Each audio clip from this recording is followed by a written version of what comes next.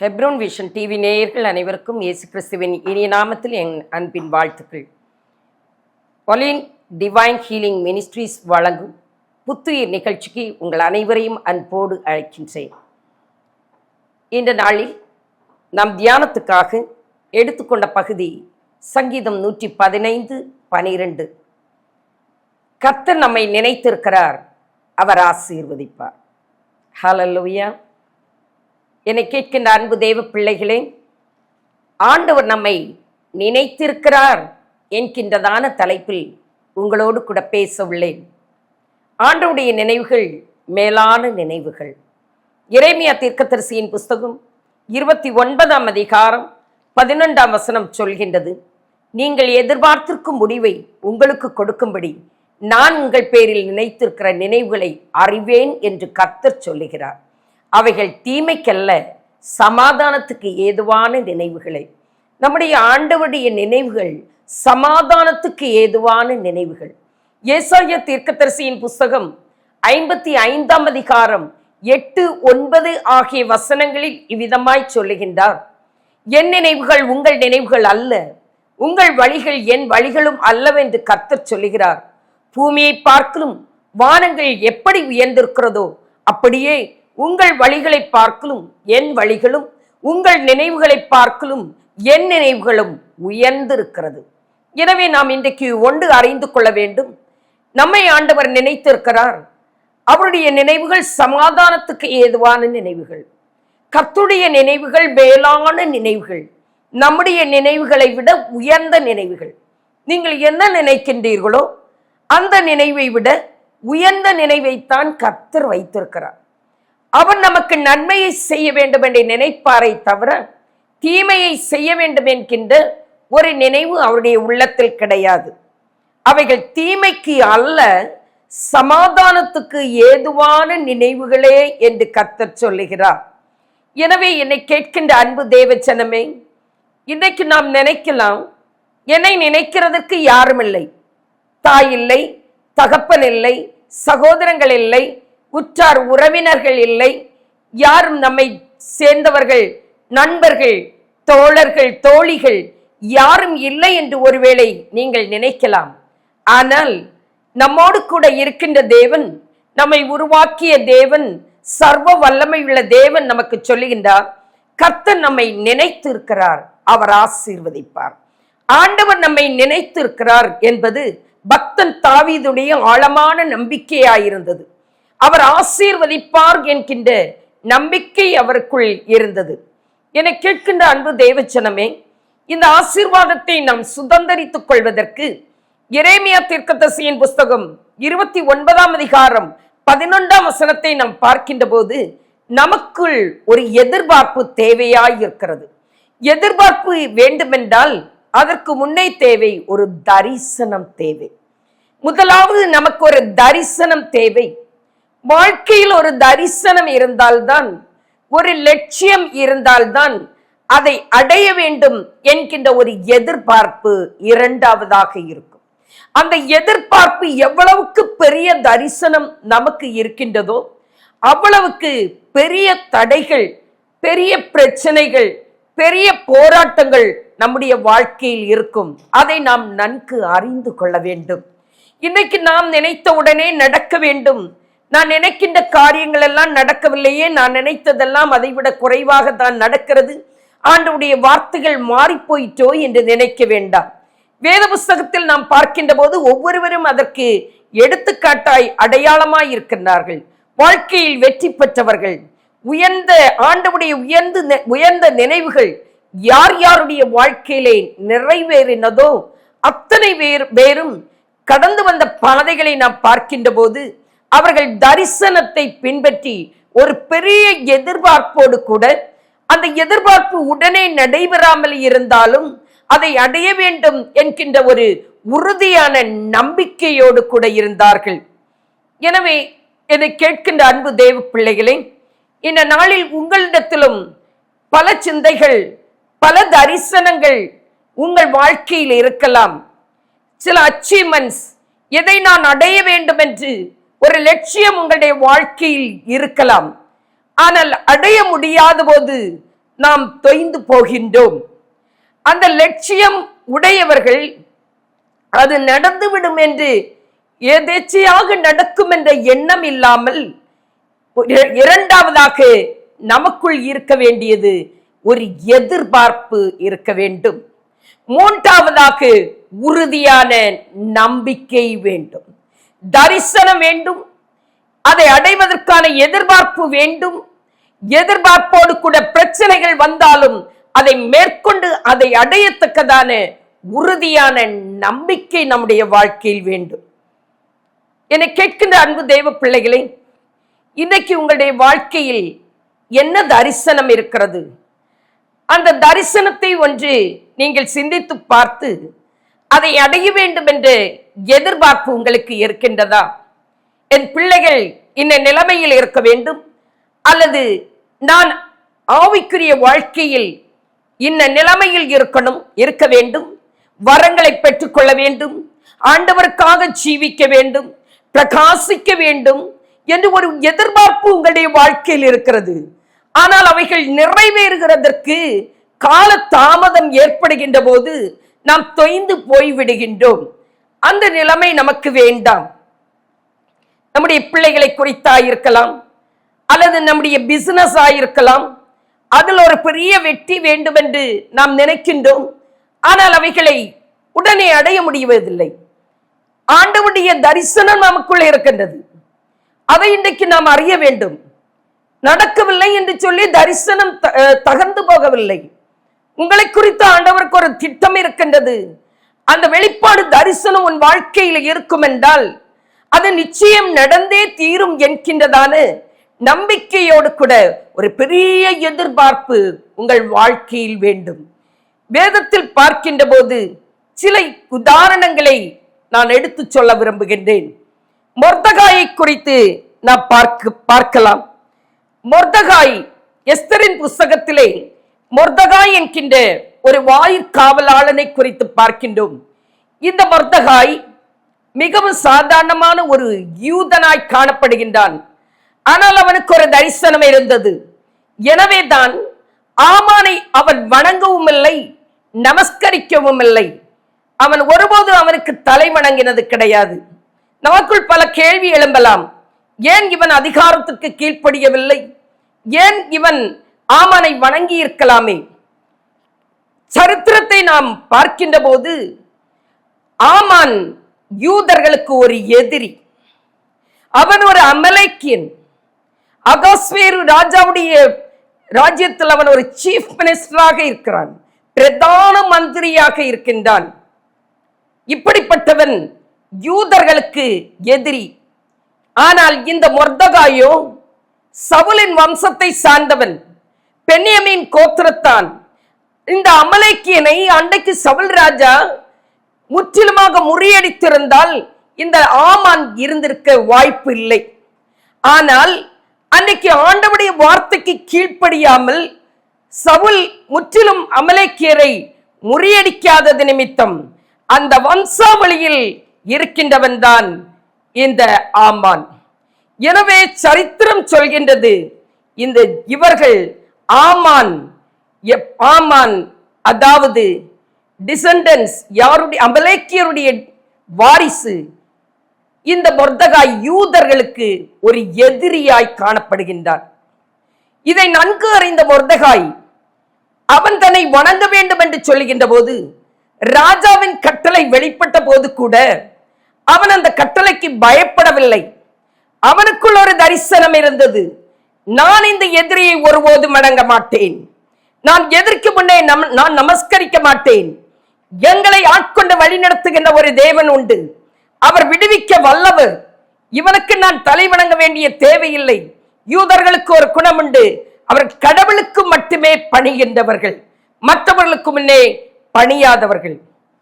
என்னை கேட்கின்ற அன்பு தேவ ஜனமே, இந்த தரிசனத்தை உடையவன் ஒரு சாதாரணமான மனுஷன் தான். எப்படி இந்த தரிசனம் என் வாழ்க்கையில் அவன் நிறைவேறும் என்று ஒருவேளை அவன் நினைத்திருக்கலாம். ஆனால் அவனுக்குள்ள ஒரு எதிர்பார்ப்பு இருந்தது.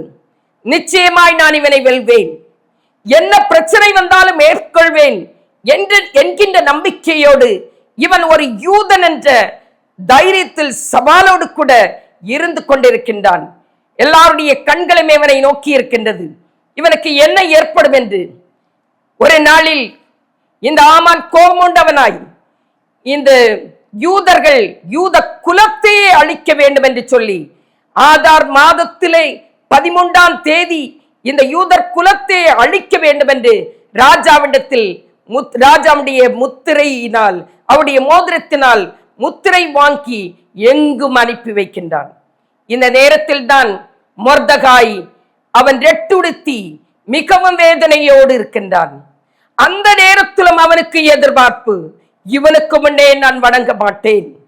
என்னை கேட்கின்ற அன்பு தேவச்சனமே, மனிதன் மறக்கலாம், ஆனால் கர்த்தர் நம்மை நினைவு கூறுகிற தேவன்.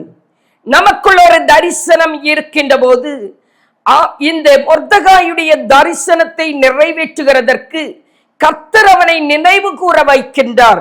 எஸ்தரின் புஸ்தகத்திலே நாம் வாசிக்கின்ற போது ஆண்டவர் அவனை நினைக்கும்படியாய் செய்கிறார். எஸ்தர் 3:2 பார்க்கின்ற போது அவனுக்கு இப்படி செய்ய வேண்டும் என்று ராஜா கட்டளையிட்டிருந்தான். ஆனால் அவனை அவன் வணங்கவும் இல்லை, நமஸ்கரிக்கவும் இல்லை. இந்த ராஜ கட்டளைக்கு பயப்படாமல் இவனுக்குள் இருந்த எதிர்பார்ப்பு, இந்த அத்தனை குலத்தை யூத குலத்தையே அழிக்க வேண்டும் என்று இருக்கின்ற போது இவற்றினின்று நான் ஜெயம் பெற வேண்டும் என்கின்ற ஒரு சிந்தை எதிர்பார்ப்பு அவனுக்குள்ளே இருந்தது. இதனால் ராஜா அரண்மனையிலே போகின்றான். எஸ்தருக்கு முன்னே எஸ்தரிடத்தில் இந்த காரியத்தை அவன் பகிர்ந்தளிக்கும்படியாய் சொல்லி அனுப்புகின்றான். எஸ்தர் ராஜாத்தி தன்னுடைய காரியத்தை எடுத்துரைக்கின்றான்.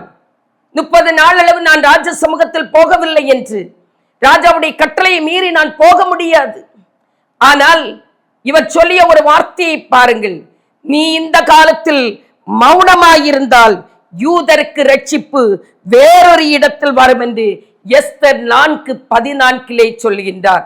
நீ இந்த காலத்தில் மௌனமாயிருந்தால் யூதருக்கு ரட்சிப்பு வேறு ஒரு இடத்திலிருந்து வரும். அந்த நம்பிக்கை அவனுக்குள் இருந்தது. இந்த நம்பிக்கை நிமித்தம் மொர்தகாய்க்கு நடந்ததுதான் என்ன?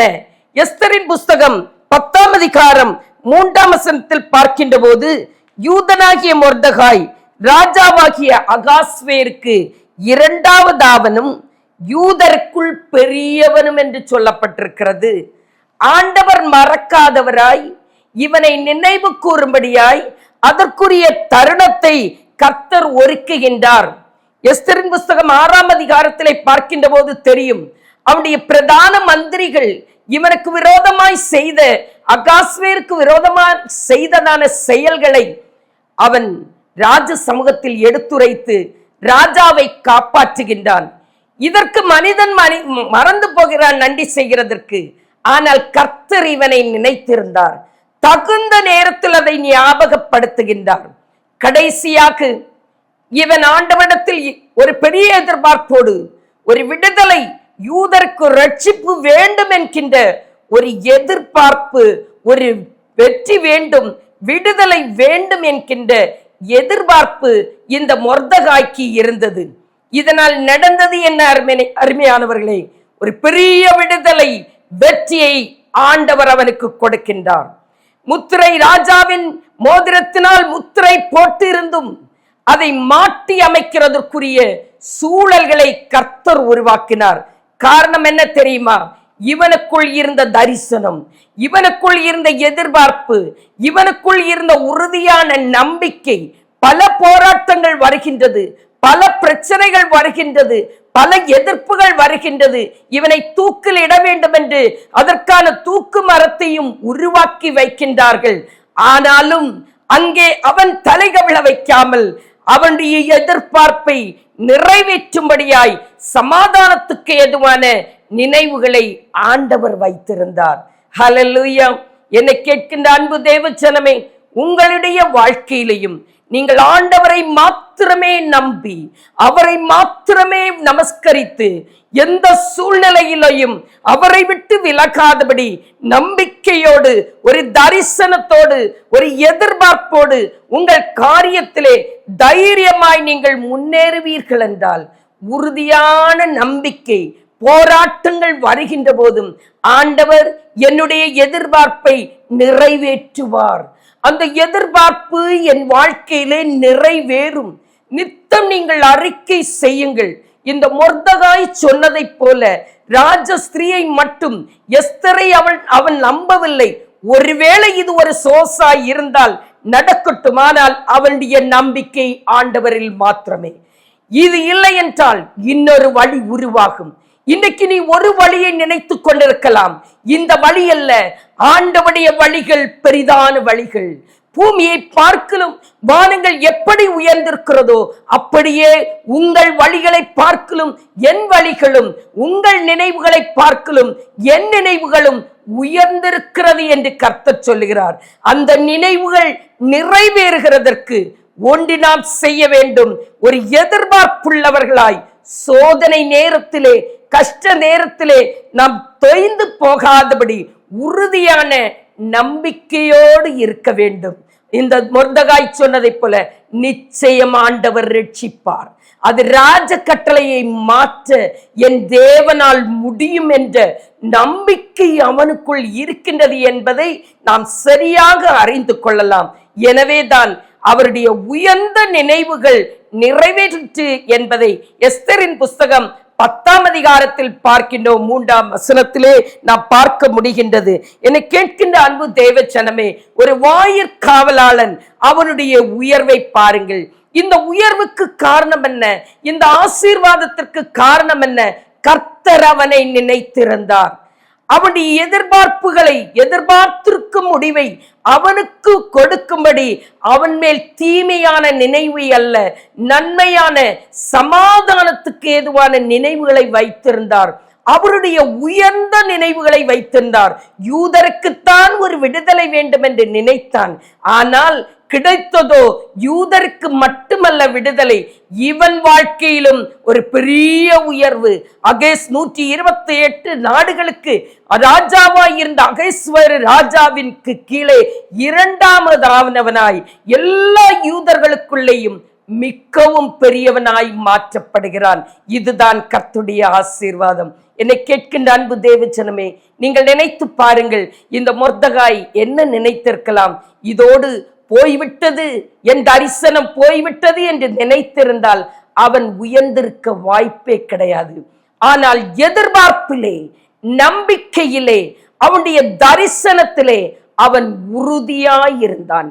இன்றைக்கும் நம் வாழ்க்கையில் நாம் அடைய வேண்டிய நன்மைகள், நம்முடைய தரிசனம் நிறைவேறுவதற்கு முன்னே பல போராட்டங்களுக்குள்ளே நாம் போகின்றோம் என்றால் நீங்கள் நினைக்க வேண்டும், என்னுடைய தரிசனம் மிகப்பெரிய தரிசனம். இந்த போராட்டத்தை எல்லாம் நான் மேற்கொள்ளுகின்ற போது நிச்சயமாய் நான் வெற்றியை அடைவேன். கர்த்தருடைய உயர்ந்த நினைவுகள் என் வாழ்க்கையில் நிறைவேறும் என்பதை நாம் அறிந்து கொள்ள வேண்டும். இதைத்தான் நம் வாழ்க்கையிலே அனுபவமாக்கிக் கொள்வோம். இன்னும் வேதத்திலே யோசேப்பு என்கின்றதான ஒரு மனிதனை குறித்து நாம் பார்ப்போம் என்றால், இந்த மனிதனை குறித்து இவருக்கும் தரிசனம் இருந்தது, ஒரு எதிர்பார்ப்பு இருந்தது, நம்பிக்கை இருந்தது. எனவே மனிதன் மறக்கின்றான், கர்த்தர் மறக்கவில்லை. மொர்தகாயை மனிதன் மறந்தான், கர்த்தர் மறக்கவில்லை. அவன் கர்த்தர் மீது இருந்த நம்பிக்கை அவனை உயரத்தில் வைத்தது. கர்த்தர் அவனை நினைத்தார், ஆசீர்வதித்தார். உயர்ந்த நினைவுகள் அவனுடைய வாழ்க்கையில் நிறைவேறிற்று. இதை போன்றே யோசேப்புடைய வாழ்க்கையை நாம் பார்க்கின்ற போதும் நாம் அறிந்து கொள்ள முடியும். மனுஷனுடைய நினைவுகள் போலல்ல, கர்த்தருடைய பெரிய நினைவுகள். இந்த யோசேப்புக்கு வாழ்க்கையிலே ஒரு தரிசனம் இருந்தது. ஆதியாகம புஸ்தகம் 40ஆம் அதிகாரத்திலே நாம் பார்க்கின்ற போது அதற்கு முந்தைய அதிகாரத்திலும் இவனுடைய வாழ்க்கையை அங்கே சித்தரிக்கப்படுகிறது. யோசேப்பு தரிசனமுடையவன். அவன் கண்ட தரிசனம் 11 அரிக்கட்டுகளும் கீழே கவிழ்ந்து கிடக்கின்றது. சூரியனும் சந்திரனும் வணங்கி நிற்கின்றார்கள். இந்த தரிசனம் அவனுக்குள் இருக்கிறது. யோசேப்போடு கர்த்தர் இருக்கிறார். நிச்சயமாய் அவனுக்குள் ஒரு எதிர்பார்ப்பு இருந்திருக்கும். அந்த எதிர்பார்ப்போடு அவன் முன் செல்லுகின்றான். இவனை மோட்டிவேட் பண்ணுகிறதற்கு யாரும் இல்லை. ஆனால் கர்த்தர் அவனோடு இருந்தார். அவருடைய நினைவுகள் அவன் வாழ்க்கையிலே நிறைவேறிற்று. குழியில் கிடக்கின்றான். போத்திப்பாருடைய வீட்டிலே அவன் விலையாக இஸ்மவேலிடத்தில் விற்கப்பட்டு போத்திப்பாரின் வீட்டிலே அடிமையாக இருக்கின்றான். அங்கே இருந்து சிறைக்கு செல்கின்றான். சிறைச்சாலையில் தான் அங்கே அவனோடு கூட இருந்த பார்வோன் ராஜாவுடைய ஊழியக்காரர்களான பானபாத்திரக்காரன், சுயம்பாகிகளின் தலைவன், இவர்களோடு கூட பேசிக் கொண்டிருக்கின்ற போது அவர்கள் கண்ட சொப்பனத்திற்கு பதில் கொடுக்கின்றான். தரிசனத்தை வெளிப்படுத்துகின்றான். நீ ராஜா சமூகத்தில் போகின்ற போது என்னையும் நினைத்துக் கொள் என்று சொல்லி அனுப்புகின்றான். இவனுடைய எதிர்பார்ப்பு, நான் விடுதலையாக வேண்டும், இந்த சிறைச்சாலையில் இருந்து நான் விடுதலையாக வேண்டும் என்கின்றது யோசேப்புடைய ஒரு எதிர்பார்ப்பாய் இருந்தது. என கேட்கின்ற அன்பு தேவ ஜனமே, இந்த எதிர்பார்ப்பை நிறைவேற்றுகிறதற்கு அவனுக்கு யாரும் இல்லை. இங்கே அவனை ஜாமீனில் எடுப்பதற்கு யாரும் இல்லை. அவன் நல்ல காரியத்தை செய்து அவனோடு கூட இருந்தவர்களுக்கு சொல்லிய போதும் அவர்களும் மறந்து போகின்றார்கள். ஆனால் ஆண்டவர் அவனை மறக்கவில்லை. நீ வாழ்வடைந்திருக்கின்ற போது என்னை நினைத்து என்னை விடுதலையாக்க வேண்டும் என்று சொல்லி அவன் கேட்கின்றான். ஆனால் அந்த பிரதானி, அந்த பானபாத்திரக்காரன் மறந்து போகின்றான். ஆனால் ஆண்டவர் அவனை நினைக்கத்தக்கதாக செய்கின்றார். ஒரு சந்தர்ப்பத்தை ஒதுக்குகின்றார். அந்த நேரத்தில், அந்த சந்தர்ப்பத்திலே ராஜா காண்கிற சொப்பனத்துக்கு பதில் சொல்லத்தக்கதாக இவன் ராஜா அரண்மனைக்கு செல்லும்படியான வழிகளை கர்த்தர் ஒதுக்குகிறார். கர்த்தருடைய வழிகளை எண்ணி பாருங்கள். அவர் உயர்ந்த நிலைக்கு ராஜ அரண்மனையிலே அவன் மிகவும் பெரிய அதிகாரியாய் மாற்றப்பட்டான் என்று ஆதியாகமம் 42 அதிகாரம் 41 வசனத்தில் சொல்லப்பட்டிருக்கிறது. எகிப்து தேசம் முழுமைக்கும் உன்னை அதிகாரியாக்கினேன். இவன் கேட்டது சிறையிலிருந்து விடுதலையாக்கப்பட வேண்டும். ஆனால் ஆண்டவனுடைய நினைவுகளோ அவனை எகிப்து தேசம் முழுமைக்கும் அதிகாரியாக்க வேண்டிய நல்ல நினைவுகள், உயர்ந்த நினைவுகள் ஆண்டவரிடத்தில் இருந்தது. இன்றைக்கு உன்னை குறித்தும் என்னை குறித்தும் கர்த்தருடைய நினைவு அதுதான். நாம் நினைக்கிற வண்ணமாக அல்ல. ஒருவேளை நம்முடைய தரிசனம் நிறைவேறுகிறதற்கு காலதாமதமாகிக் கொண்டிருக்கலாம். ஆனாலும் உங்களுடைய எதிர்பார்ப்பை விட்டுவிடாதிருங்கள். விடுதலை அடைய வேண்டும், ரட்சிப்பை பெற்றுக்கொள்ள வேண்டும், அந்த நிலையை நான் அச்சீவ் பண்ண வேண்டும், என்னுடைய இலக்கை நான் அடைய வேண்டும், என்னுடைய லட்சியத்தை நான் அடைந்தே தீருவேன் என்கின்ற நம்பிக்கையோடு கர்த்தர் அதை நிறைவேற்றுவார் என்கின்ற நம்பிக்கையோடு நாம் தொடருகின்ற போது அவருடைய வழிகள் ஆச்சரியமானதாக இருக்கும். அவனை உயரத்தில் கொண்டு போகிறதற்கு கர்த்தருடைய வழிகள் எதுவாயிருந்தது? ஒன்று, பாதாள குழி, ஒரு பெரிய குழிக்குள் போடுகிறார்கள். இன்னொன்று, அடிமையாய் அவன் வேலை செய்ய வேண்டிய ஒரு சூழலை உருவாக்குகின்றார். கர்த்தருடைய வழி என்று நீங்கள் நம்ப முடியுமா? மூன்றாவதாக, சிறைச்சாலைக்கு கொண்டு போகிறார். இது கர்த்தருடைய வழி என்று அறிய முடியுமா? எதற்காக? நீ அரண்மனையில் போக வேண்டுமானால் இந்த இடத்தை எல்லாம் நீ கிராஸ் பண்ணி வந்தால்தான், இதையெல்லாம் கடந்து வருகின்ற போதுதான் ராஜா அரண்மனையிலே நீ அதிகாரியாக முடியும். எபிரேய புருஷனான இவன் கானான் தேசத்திலே இருந்து கொண்டிருந்தால் அவன் இந்த இடத்திலே வந்திருக்க முடியாது. ஆனால் ஒரு பெரிய அதிகாரியாய் மாறி இருக்க முடியாது. அவன் கண்ட தரிசனம் நிறைவேறி இருக்க முடியாது. என்னை கேட்கின்ற அன்பு தேவ ஜனமே, இன்றைக்கு உன்னுடைய தரிசனம், என்னுடைய தரிசனம் நிறைவேறுகிறதற்கு கர்த்தர் நம்மை கொண்டு வருகிற பாதைகள் வித்தியாசமானதாய் நம்மால் தாங்க முடியாததாய் ஒருவேளை இருக்கலாம். ஆனால் யோசேப்பை குறித்து சொல்லுகின்ற போது சொல்லப்பட்டிருக்கிறது, கர்த்தர் அவனோடு கூட இருந்தார். ஹல்லேலூயா.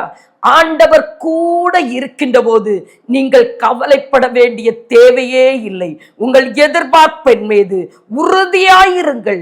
விடுதலையாக வேண்டும் என்று நினைத்தால் அந்த நினைவுகளை கர்த்தர் அங்கீகரிக்கிறவராயிருக்கிறார். வெற்றி அடைய வேண்டும் என்று நீங்கள் நினைக்கின்ற போது அதை கர்த்தர் அங்கீகரிக்கிறவராயிருக்கிறார். கர்த்தருடைய காரியத்திலே முன்னேற வேண்டும் என்று நினைக்கின்றாயா? என் ஆண்டவருக்காக நான் வாழ வேண்டும், எப்படி நான் ஆண்டவருக்காக பிரகாசிப்பேன் என்று நீங்கள் நினைக்கின்றீர்களா?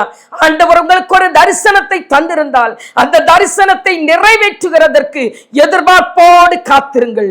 உறுதியான நம்பிக்கையோடு இருங்கள். நீங்கள் கடந்து வரும் பாதைகள் பிரச்சனையுடையதாய், வேதனையுடையதாய், நம்மை துயரப்படுத்துகிறதாய் இருக்கலாம்.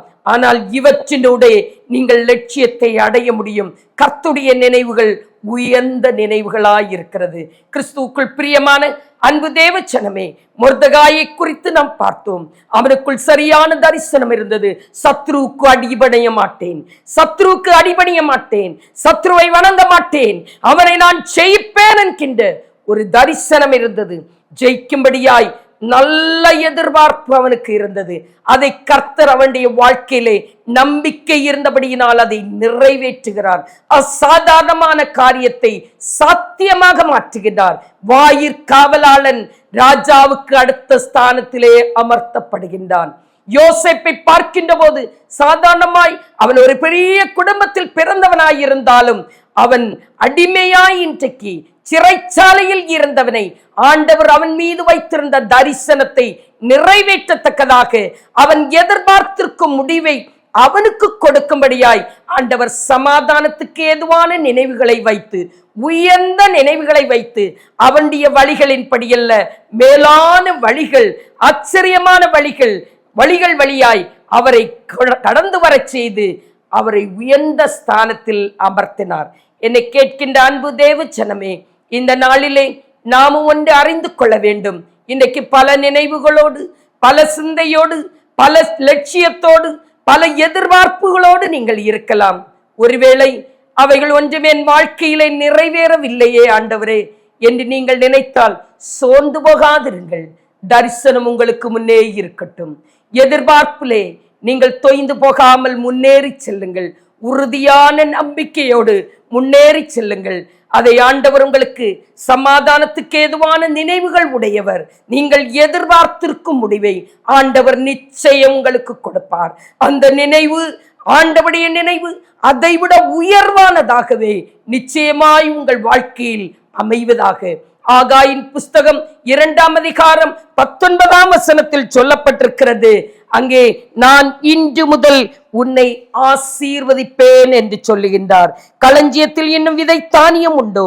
திராட்சை செடியும் அத்திமரமும் மாதளஞ்செடியும் ஒலிவ மரமும் கனி கொடுக்கவில்லையோ? கனி கொடுக்கவில்லையே. நான் இன்று முதல் உங்களை ஆசீர்வதிப்பேன். ஒன்று ஒலிவ மரம் கனி கொடுக்கவில்லை, திராட்சை பழம், திராட்சை செடி கனி கொடுக்கவில்லை, அத்திமரம் கனி கொடுக்கவில்லை, களஞ்சியத்தில் விளை தானியம் இல்லையோ? இதனால் கலங்கி போக வேண்டாம். ஆண்டவர் சொல்லுகிறார், கர்த்தர் நம்மை நினைத்திருக்கிறார். அவர் இன்று முதல் நம்மை ஆசீர்வதிப்பார். சகரியா 9 அதைத்தான் சொல்லுகிறது. 9:12ஆம் வசனத்திலே, நம்பிக்கையுடைய சிறைகளே அரணுக்கு திரும்புங்கள், இரட்டிப்பான நன்மையை தருவேன், இன்றைக்கே தருவேன் என்று சொல்லுகிறார். எனவே இரட்டிப்பான நன்மையை ஆண்டவர் உங்களுக்கு தரும்படியாய் அவர் நினைத்திருக்கிறார். நம்பிக்கை உடையவர்களாய் முன்னேறி செல்லுங்கள். ஆண்டவர் உங்களை ஆசீர்வதிப்பார். கர்த்தர் நம்மை நினைத்திருக்கிறார், அவர் ஆசீர்வதிப்பார். மொர்தெகாயை உயர்த்தின தேவன், அவருடைய வழிகள் ஆச்சரியமானவைகள் என்பதை அறிந்து கொள்ளுங்கள். யோசேப்பை உயர்த்தின தேவன், சமாதானத்துக்கு ஏதுவான நினைவுகளை உடைய தேவன் நம் வாழ்க்கையிலேயும் அதை நிறைவேற்றுவார். ஒன்று மாத்திரம், தரிசனத்தோடும் எதிர்பார்ப்போடும் போராட்டங்களை மேற்கொண்டு நாம் ஜெயங்கொள்ளத்தக்கதான உறுதியான நம்பிக்கையோடு வாழ்வோம். நாளைக்கல்ல, இன்றைக்கே கர்த்தர் ஆசீர்வதிப்பார் என்கின்ற விசுவாசத்தோடு முன்னேறி செல்வோம். கர்த்தர் தாமே உங்களை ஆசீர்வதிப்பாராக. ஆமென்.